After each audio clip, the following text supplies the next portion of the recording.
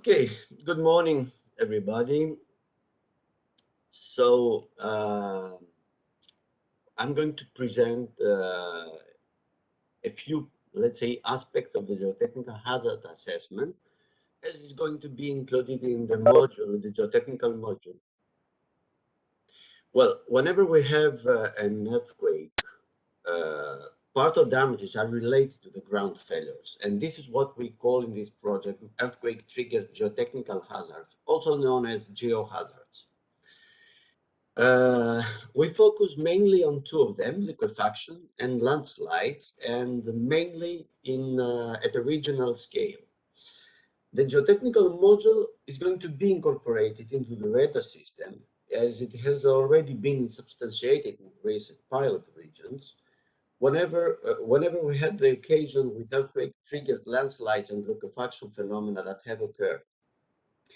Now, let's start from the liquefaction potential and the probability. When we deal with statistical methods, then what we get as a result is the probability of whatever we are looking for, let's say now for liquefaction. So we adopted the method of two and collaborators, which is a statistical one, which it can be implemented at coastal regions and non-coastal regions, meaning that the distance is less or more than 20 kilometers. As we can see, we calculate a parameter X, which is dependent on ground motion parameters like PGV, local site effects like VS30, climate parameters like precipitation, distances from coast from rivers, and also the depth of the water table, and so on. But what we get, well, in fact, what we are looking for is the probability of liquefaction and also the spatial extent of liquefaction. To have an idea, as this has been implemented and adopted by USGS, if we take the case of an earthquake that occurred by the end of 2020, 2020 tsunami in Croatia at Petrinja, and as it has the methodology of Tsu et al. Has been applied, then what they get a map like that with the probability of liquefaction occurrence. So this is the idea what we are going to have if we apply such a method based on statistics. We get the probability of liquefaction occurrence. Of course, we can move a step forward like estimation of surface subjected to liquefaction. Now, we have, however, as we are in a project that is going on, we have the opportunity to make some potential improvements on liquefaction probability assessment. And we have noticed, based on very recent results of an earthquake that occurred in Thessaly in March of in Greece, in the Department of Thessaly, on March 2021, that the topographic wetness index, which is a combination of flow accumulation per unit length, might be a very useful and interesting index to incorporate models based on statistics. Because wherever TWI, I mean topographic wetness index, gets high values, it seems that also there is an intense liquefaction appearance, as this has been stated and is under revision in a paper of Papathanasiou and collaborators in engineering geology. So it is an interesting point that we are going to see whether we can improve this model. Now I move to the landslide hazard assessment, the regional scale. This is a useful tool because it supports decisions regarding strategic planning for disaster prevention, but it can also be part of a radar system, and this is what we're going to do. By producing landslide hazard maps, we estimate potential risks, and also we prioritize areas where we have to apply preventive measures or plan some local investigations whenever this is needed.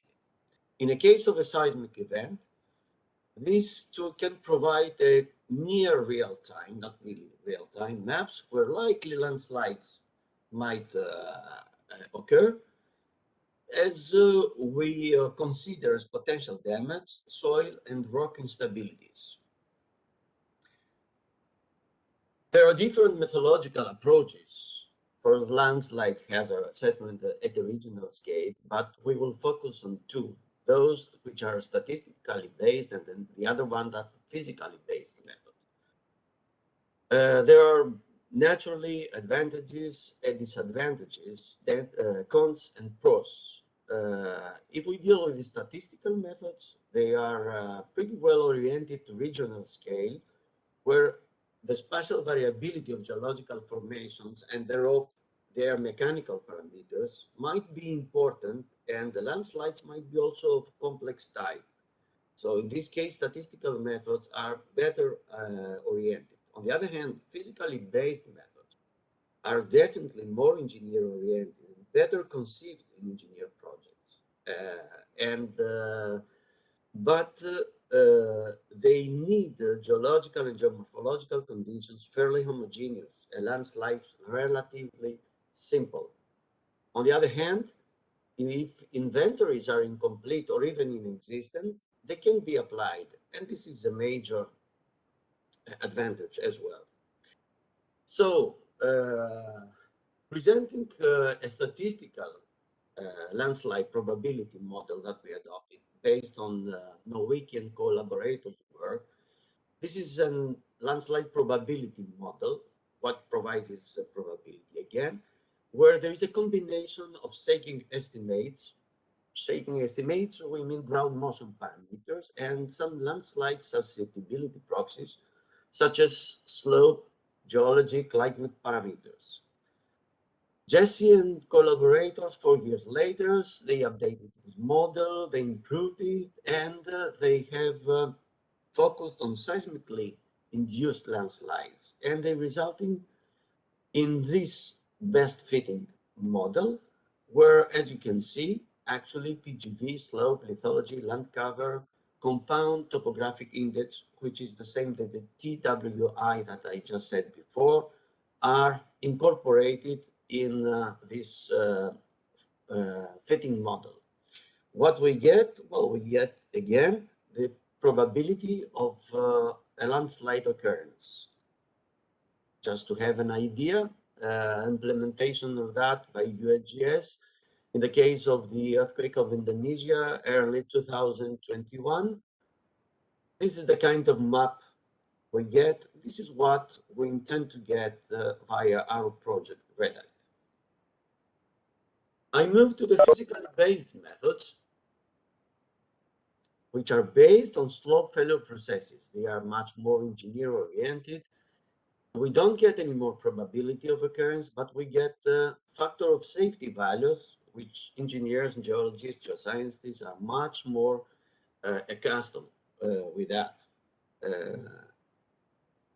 I present the driving equation of a relatively simple yet very well-known model, the infinite slope model, which is suitable for shallow earthquakes, shallow landslides, independently if the triggering factor is a rainfall or an earthquake. Here I present just the driving equation for the earthquake triggering factor. But in a previous project named SciNet, which was also in the Black Sea Basin framework, we have tested intensively this model in two implementation areas. I will present some results only from the one implementation area. Sorry, I got a message that what you present got some delays, so I presume that you now see the slide of infinite slope model implementation. Yeah, correct. Yes, we do. Okay, thank you. I will slow down maybe if the pictures don't really follow what I say. That really doesn't depend on me, but on the speed. Well, okay, and I will present some results in the location located in the eastern part of Greece at Komotini, at Thrace. This is the city of Komotini, and in the upper part is the the borders of Bulgaria and Greece. Based on the map of geology on the left part and the map of morphology, where you can see that there is the southern part sorry, the northern part is rather mountainous. We moved and we made an estimation of the engineering properties of rocks. I'm mostly talking to the mountainous part of the area that we implemented the method. There's no reason to go into details exactly now in this presentation, how we arrived to these values, but the main idea is that we made a combination of Hooke and Brown failure criteria and of Moore-Coulomb failure criterion, and we adopted the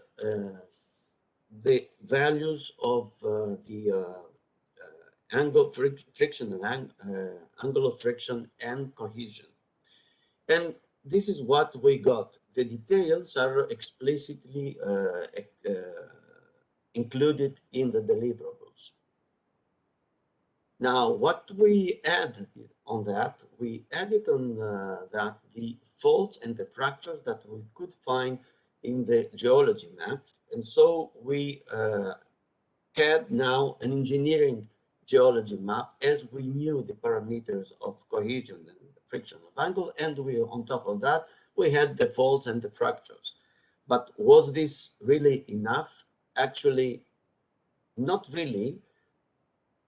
I hope you can see now the left part of the image. What we could get with that when we implemented the infinite slope model was really not satisfactory, because there were a lot of areas that were not included in the engineering geology map, as there were different faults and fractures. So on top of what we had till that moment, we added information from remote sensing technologies, and at that period we used Landsat. So we got the right map where you can see a number of added lineaments, in fact, fracture zones and shear zones, where we modified their engineering properties. I mean, angle of friction and cohesion. And by doing that, we implemented the infinite slope model. When we used a pixel of 25 by 25 meters, this is what we could get, and what you see by different colors is the factor of safety. But when we use pixels 5 by 5 meters, as you can see, the image was much more clear, and we got impressive, I would say, details on natural slopes. We moved further, not only on natural slope, but we also tested cut slopes of 45 and 56 degrees around the roadway that existed and still, of course, exists. And we got really impressive, I would say, results, as you can see. We tested our results because we had to know if what's the value of what we got, and impressively, we got 13 out of 14 locations where the factor of safety were successful. By that, we mean that whenever we had a factor of safety more than 1.5, well, by visiting all these road axes, we actually realized that there were no problems on the gut slopes. And only when the factor of safety was getting less than 1.5, at that moment we had either some instabilities or the cut slope were already improved by some measures. So the idea is to get a 3D map like that, which really could be very helpful either at the early stage of strategic planning or just after an earthquake to see where we should go, where we should look for potential landslides. Thank you very much.